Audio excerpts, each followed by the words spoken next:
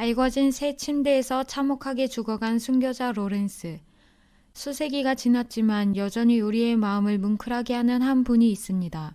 라우렌시오라고도 불리우는 그는 로마 7부제 중에 한 사람이며 스페인의 우에스카 출신입니다. 로마 황제의 10차례 초기 박해 가운데 8번째 발레리안 황제의 통치 기간 중 참혹하게 순교했습니다. 안타까운 것은 그의 일생에 대해 문헌으로 남겨진 것은 없고 다만 초대교회에 강렬하고도 영원한 감명을 준 순교자 중에 한 사람이라는 것뿐입니다. 구제와 나눔의 삶을 실천한 로렌스. 로렌스는 빈곤한 가정에서 태어났습니다. 그러나 그의 선량한 모습은 곧 교황에게 인정을 받게 되었고 학업을 마친 후에 로마 7부제 중 수석 부제로 임명되었습니다. 로렌스는 다른 사도들처럼 복음을 직접 전하고 가르침을 펼치는 일을 하지는 않았습니다. 초대교회 때 사도들이 성령과 지혜가 충만한 7집사를 세워 교회의 일을 맡긴 것처럼 로렌스도 교회의 재산을 맡아 관리하는 일이 주 업무이며 자신의 봉사직이었습니다. 타고난 성량대로 로렌스의 착한 성품은 주님의 몸된 교회를 섬기는 가운데서도 빛을 드러내었습니다. 그는 주님을 사랑하는 열정으로 가난한 사람들을 구제하며 나눔의 삶을 몸소 실천하였습니다. 그러나 빛을 싫어하는 세상은 어둠으로 빛을 몰아내고자 했습니다. 258년 로마 황제 발레리안이 교회의 탄압에 대한 법령을 반포함으로 신자에게 대한 박해가 치열해졌습니다. 그 이름에 교황 시스토스 2세는 카타콤에서 미사를 지내는 도중에 체포되어 즉각 참수형을 받았습니다. 교황이 관원에 잡혀갈 때에 그 뒤를 따른 로렌스는 눈물을 흘리며 아버지여, 불쌍한 자녀들을 버리고 어디로 가십니까? 보잘것없는 저를 버리고 어디로 가십니까? 라며 울부짖었습니다. 착한 마음을 가진 로렌스의 안타까운 심정에서 흘러나온 말은 교황의 마음을 감동하였습니다. 교황은 말하기를 내가 너를 버리는 것은 아니다. 너는 남아서 더욱 힘든 투쟁을 해서 승리를 얻을 것이다. 나야 늙었으니 간단한 전쟁으로 끝낼 것이지만 너는 아직 젊으니 더욱 빛나는 승리를 얻어야 한다. 3일 후에는 너도 나를 따라올 것이다 라고 말했습니다. 로렌스는 이 말씀을 듣자마자 크게 기뻐하였습니다. 예수 그리스도의 소중한 보석들. 당시 로마 정부의 살림을 맡고 있던 마르시아누스가 황제 발레리안을 부추겨 로마에 있는 모든 감독들을 죽이라는 명령을 내림과 동시에 신자들의 재산을 갈취하고자 하였습니다. 이 박해자들은 로렌스를 체포하고 교회의 재산을 황제에게 바치라고 엄명하였습니다. 이 무자비한 폭군은 로렌스가 성례를 주관함은 물론 교회의 자산 분배도 도맡고 있는 사역자임을 익히 알고 있었습니다. 탐욕에 눈먼 1인은 살기 등등한 얼굴을 들이대며 교회의 재산을 어디다 간수해 두었는지 추궁했습니다. 당신의 그리스도인들은 우리가 잔인하다고 말하지만 내 생각으로는 그렇지가 않소. 나는 당신의 사제들이 성혈을 은잔에 담으며 당신들의 저녁 예식에 근초대를 사용할 정도로 금을 펑펑 쓰고 있다고 들었소. 지금 당신의 교리는 가이사의 것을 가이사에게 돌려야 한다고 말하고 있소. 황제는 그리스도인에게 권력을 행사하려고 하고 있소. 또한 하나님은 돈을 만들어내지 않았고 말씀 이외에는 이 세상에 아무것도 가지고 오지 않았소. 자, 나에게 돈을 내놓는다면 그로 말미암아 말씀은 충분히 이루어질 것이요 라고 했습니다. 로렌스는 교회는 참으로 부유합니다. 당신에게 가치 있는 것을 보여주겠습니다. 그러나 나에게 모든 것을 순서대로 정돈할 시간과 물품 명세서를 만들 시간을 주시오 라고 말했습니다.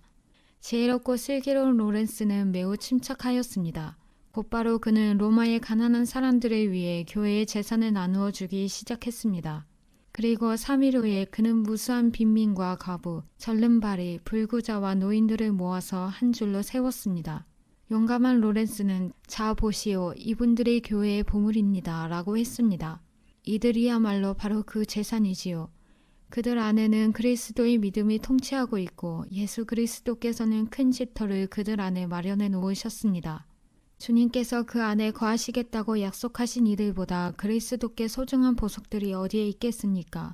이들은 우리 주님이 말씀하시기를 내가 굶주렸을 때에 너희가 먹을 것을 주었으며 내가 목마를 때에 마실 것을 주었도다. 그리스도 우리 주님께서는 그들 안에서 주님 자신이 발견되기를 기뻐하시는 가난한 성도들보다 더 큰 재산이 없는 것이죠. 안 그렇습니까? 기대에 부풀었던 박해자들은 로렌스의 말을 듣자마자 마치 사나운 이리처럼 이리저리 날뛰며 실성한 사람처럼 격분했습니다.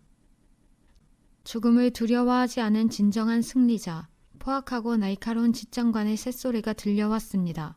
불을 붙여라. 장작을 남김없이 죄다 불태워라. 아니, 이 불안당 같은 놈이 감히 황제를 속였겠다. 이놈을 내 눈앞에서 냉큼 사라지게 하라. 어서 채찍으로 후려치고 막대기로 가랑이를 찢고 주먹으로 때려 눕히고 곤봉으로 머리통을 부서뜨려라. 이 배반자가 감히 황제를 우롱해 불에 달군 부젓가락으로 살을 쥐어틀고 시뻘겋게 달궈진 쟁반들로 살을 문질러라. 제일 튼튼한 쇠사슬과 불갈기와 세격자 침대를 꺼내서 그 위에 불을 지피도록 하라. 그리고 그 역적에 손발을 묶어서 침대가 뜨겁게 달궈졌을 때 그 위에 올려놓고 볶아버려라. 이리 뒤집고 저리 뒤집어 구워버리란 말이다. 오 너희 고문들아, 만에 하나 이를 어설프게 했다가는 너희들이 그 꼴이 될 줄 알라. 박해자들의 명령이 떨어지기가 무섭게 모든 것이 즉각 실행되었습니다. 그러나 주님의 은총이 로렌스의 마음을 감싸고 있었기에 참혹한 형벌에도 눈썹 하나 까딱하지 않고 잘 참아내었습니다. 오히려 로렌스는 여유있는 농담까지 하였습니다. 이글이글 타는 불 위에 놓인 척철 위에 누워있으니 살이 타며 익었습니다. 그는 관원들에게 자 한쪽은 다 익었으니 좀 뒤집어 주시오 하였습니다. 잠시 후에는 이제 다 익은 것 같으니 뜯어 잡수시오 라고 말했습니다. 잔인한 폭군은 증오의 몸을 부르르 떨며 그 광경을 지켜보았습니다. 자기 목숨을 얻는 자는 잃을 것이요 나를 위하여 자기 목숨을 잃는 자는 얻으리라. 로렌스는 더 이상 죽어가는 자가 아닌 살아있는 생명의 화신이었습니다. 고통 가운데서도 담대하게 죽음을 맞이했던 로렌스. 그에게 불붙은 새 침대는 그를 위해 마련된 천국 보좌였습니다. 로렌스는 마지막까지 로마에 있는 교회와 전 제국이 하나님께 돌아올 것을 위하여 간절히 기도하였습니다.